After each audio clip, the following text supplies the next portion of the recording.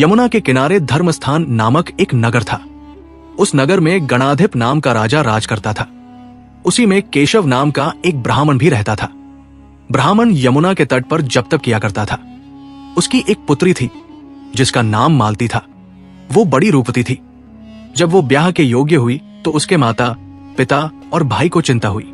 संयोग से एक दिन जब ब्राह्मण अपने किसी यजमान की बारात में गया था और भाई पढ़ने गया था, तभी उनके घर में एक ब्राह्मण का लड़का आया।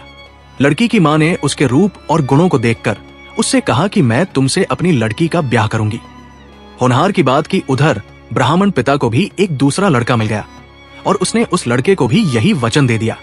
उधर ब्राह्मण का लड़का जहां पढ़ने गया था वहां वो एक लड़के से यही वादा कराया। कुछ समय बाद बाप बेटे घर में इकट्ठे हुए तो देखते क्या है कि वहां एक तीसरा लड़का और मौजूद है। दो उनके साथ आए थे। अब क्या हो, ब्राह्मण, उसका लड़का और ब्राह्मणी बड़े सोच में पड़े। दैवयोग से हुआ क्या कि लड़की को सांप ने काट लिया और वो मर गई। उसके बाप, भाई और तीनों लड़कों ने बड़ी भागदौड़ की। जहर झाड़ने वालों को बुलाया पर कोई नतीजा न निकला। सब अपनी अपनी करके चले गए। दुखी होकर वे उस लड़की को श्मशान में ले गए और क्रियाकर्म कराए। तीनों लड़कों में से एक ने तो उसकी हड्डियां चुन ली और फकीर बनकर जंगल में चला गया। दूसरे ने राख की गठरी बांधी और वही झोपड़ी डालकर रहने लगा। तीसरा योगी होकर देश देश घूमने लगा। एक दिन की बात है, वो तीसरा लड़का घूमते घामते किसी नगर में पहुंचा और एक ब्राह्मणी के घर भोजन करने बैठा।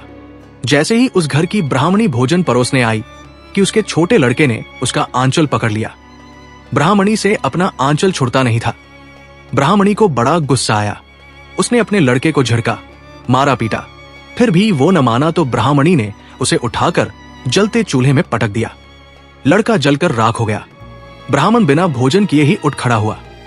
घर वालों ने बहुतेरा कहा पर वो भोजन करने के लिए राजी न हुआ। उसने कहा, जिस घर में ऐसी राक्षसी हो उसमें मैं भोजन नहीं कर सकता।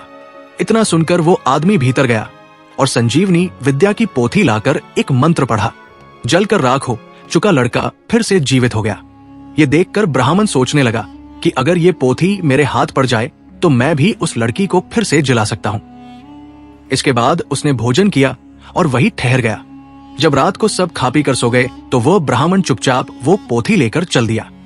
जिस स्थान पर उस लड़की को जलाया गया था वहां जाकर उसने देखा कि दूसरे लड़के वहां बैठे बातें कर रहे हैं। इस ब्राह्मण के ये कहने पर कि उसे संजीवनी विद्या की पोथी मिल गई है और वो मंत्र पढ़कर लड़की को जला सकता है, उन दोनों ने हड्डियां और राख निकाली। ब्राह्मण ने जैसे ही मंत्र पढ़ा वो लड़की जी उठी। अब तीनों उसके पीछे आपस में झगड़ने लगे। इतना कहकर बेताल बोला, राजा, बताओ कि वो लड़की किसकी स्त्री होनी चाहिए।